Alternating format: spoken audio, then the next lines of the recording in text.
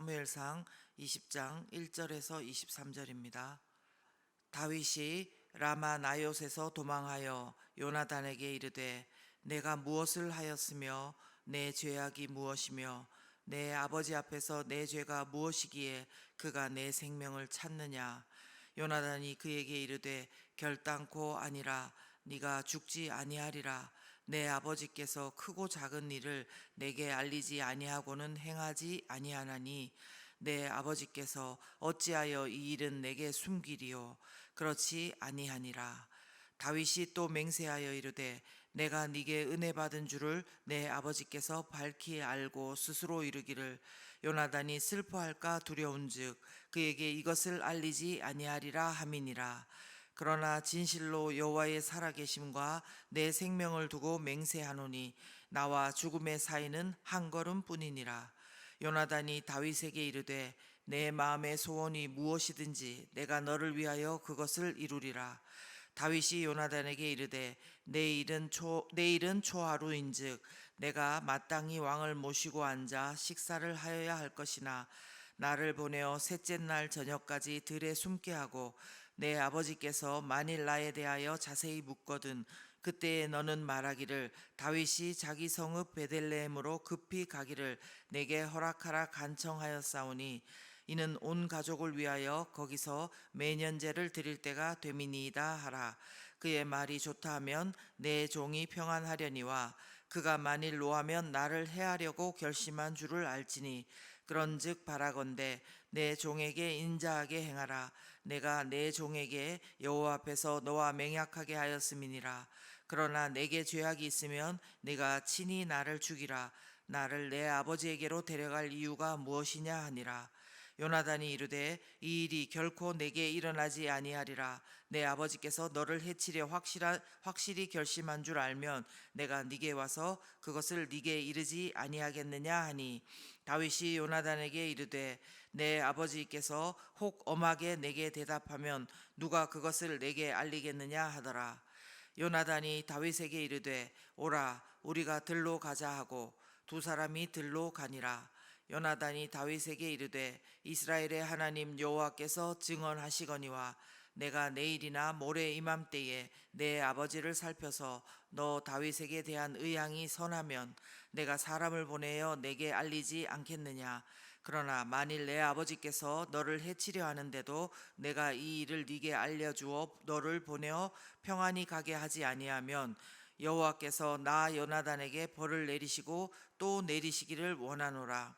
여호와께서 내 아버지와 함께 하신 것 같이 너와 함께 하시기를 원하노니 너는 내가 사는 날 동안에 여호와의 인자심을 내게 베풀어서 나를 죽지 않게 할 뿐 아니라 여호와께서 너 다윗의 대적들을 지면에서 다 끊어버리신 때에도 너는 내 인자함을 내 집에서 영원히 끊어버리지 말라 하고 이에 요나단이 다윗의 집과 언약하기를 여호와께서는 다윗의 대적들을 치실지어다 하니라.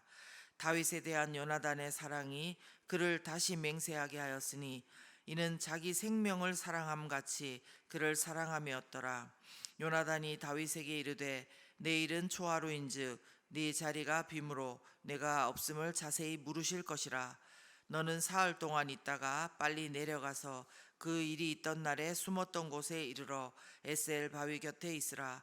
내가 관역을 쏘려함 같이 화살 셋을 그 바위 곁에 쏘고 아이를 보내어 가서 화살을 찾으라 하며 내가 짐짓 아이에게 이르기를 보라 화살이 내 이쪽에 있으니 가져오라 하거든 너는 돌아올지니 여호와께서 살아계심을 두고 맹세하노니 네가 평안 무사할 것이요 만일 아이에게 이르기를 보라 화살이 네 앞쪽에 있다 하거든 내 길을 가라 여호와께서 너를 보내셨음이니라.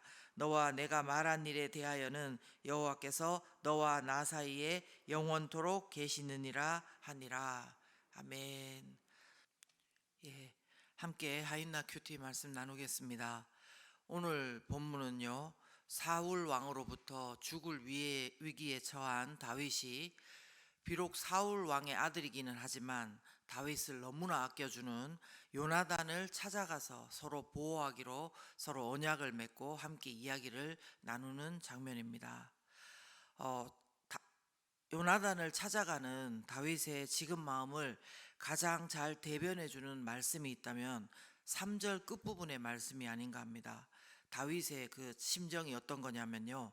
나와 죽음의 사이는 한 걸음뿐이니라 이렇게 말하고 있습니다. 나와 죽음의 사이는 한 걸음뿐이다.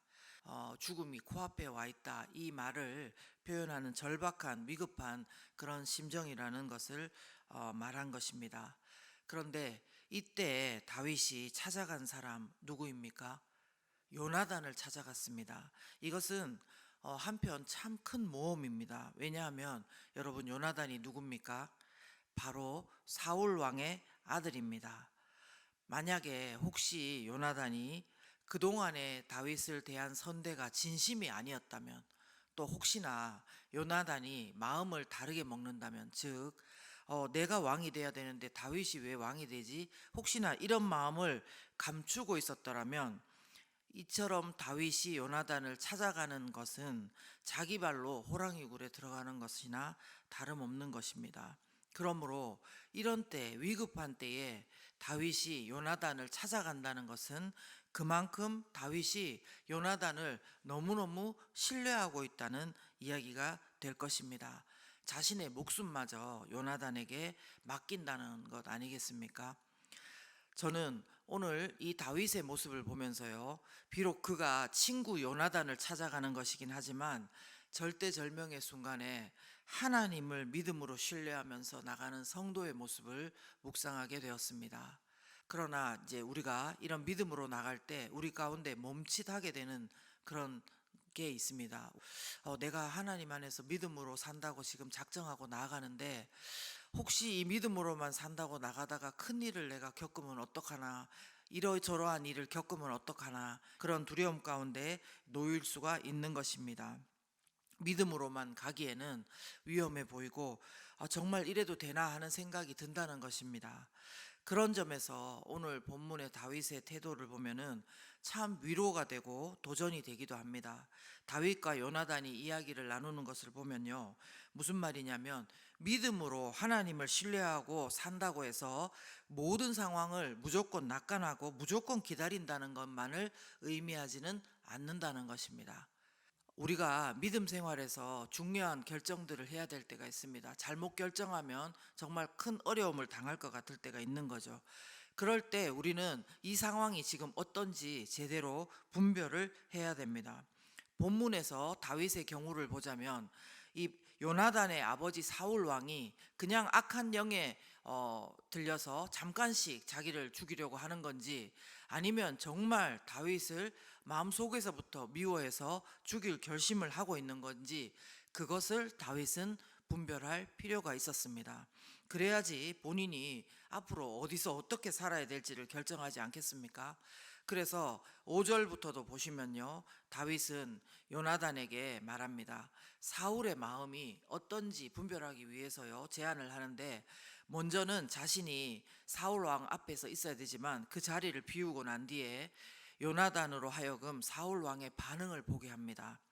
그래서 그 다음에 사울 왕의 마음이 좋다면은 또 어떻게 하고, 사울 왕의 마음이 정말로 이 다윗을 죽이려고 한다면 사울 왕이 눈치채지 못하게 둘만이 아는 방법으로 요나단에게 그것을 좀 알려달라, 이렇게 제안을 하는 것입니다.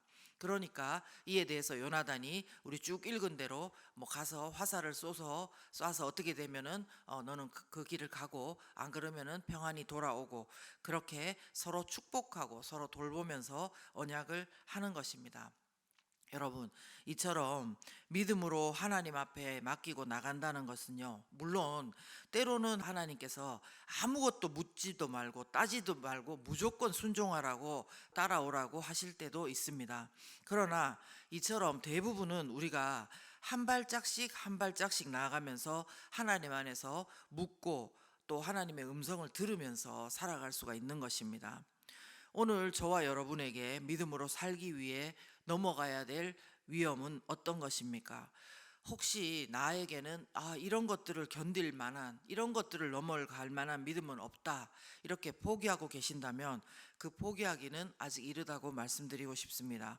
왜냐하면 오늘 우리는 기도로 하나님께 우리의 상황, 이걸 어떻게 분별해야 되는지를 물어볼 수 있습니다. 만약 저와 여러분이 중요한 분별할 이야기가 있어서 하나님께 오늘 물어보신다면은 하나님께서 오늘의 상황을 통해서, 말씀을 통해서 하나하나 분명히 남들이 알지 못하는 방법으로 저와 여러분들에게 알게 하실 줄 믿습니다. 믿으시죠? 네. 그러나 나는 도저히 모르겠어요. 우리가 그런 경우도 있습니다. 다 뜻을 알고 다 그렇게 분별하면 얼마나 좋겠습니까? 그러나 그럴 때에 우리에게 요나단 같은 믿음의 동역자와 또 이 상황을 어떻게 분별하면 좋겠느냐, 우리는 의논할 수 있습니다. 그러기에 우리가 교회 안에서 믿음의 동역자가 중요하고 목장이 중요한 것입니다. 저 개인적으로도 목장은 이런 장소였습니다. 하나님께서 나를 통하여서 어떻게 일하시는지는 보이지 않는데 목장원들을 보면요, 그분들을 통해서 하나님께서 일하시는 것은 또 보이더라고요. 그리고 저는 이 상황을 어떻게 분별해야 될지 모르겠어요. 막 이렇게 저렇게 생각해 보면 이것도 안 될 것 같고 저것도 안 될 것 같고 저 위주로 많이 생각하게 되는데, 목장원들의 상황을 듣고 이야기를 듣다 보면은 나의 처지가 보이고 또 내가 어떻게 하고 있는지, 내가 어떻게 나가야 될지가 보이더라는 것입니다. 그러므로 우리는 오늘 함께 기도를 또 할 것은요, 다윗과 요나단 같은 믿음의 동역자를 주시기를 간구했으면 하는 것입니다. 이들은 서로를 어떻게 말했냐면 17절에 특히 요나단이 어떻게 표현했냐면 자기 생명처럼 사랑한다 그랬습니다. 다윗을 자기 생명과 같이 사랑한다고. 그렇죠?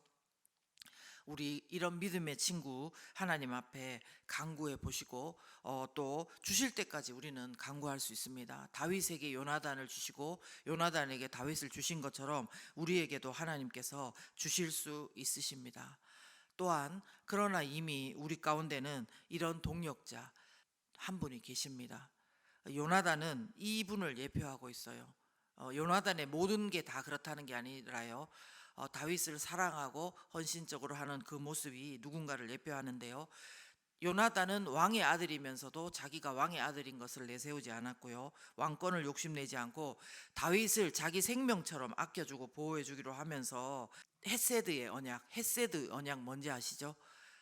변하지 않는, 절대로 변하지 않는 친절, 호의, 사랑, 하나님과 사람과의 관계도 쓰고요, 그리고 사람과 사람과의도 관계에서도 쓰는 헤세드의 언약을 맺은 우리의 영원한 친구 되시고 주인 되시고 구원자 되시는 분이 계십니다. 바로 예수님이십니다. 우리에게는 이미 예수 그리스도께서 우리의 동역자요 친구 되십니다. 분명히 예수님은 우리의 구원자요 주인이신데도 불구하고 그 주인의 자리에 군림하지 않으시고 죄로 말미암아 죽었던 우리를 위해서 생명을 내어 주시고 오늘도 우리와 함께 하시는 주님이신 것입니다. 우리가 오늘 이 예수님의 사랑을 또 다시 기억하면서 한 발짝 한 발짝 하나님 앞에 묻고 기도하면서 믿음의 발걸음을 내딛는 저와 여러분들이 되었으면 좋겠습니다. 네, 이 시간 함께 기도하실 때에요, 우리가 믿음으로 살아가기를 항상 하나님 앞에 결단합니다.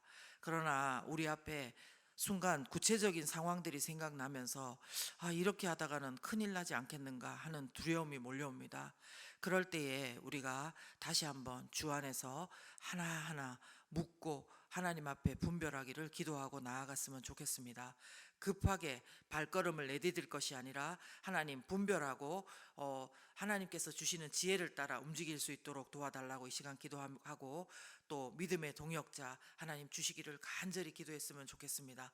함께 기도합니다.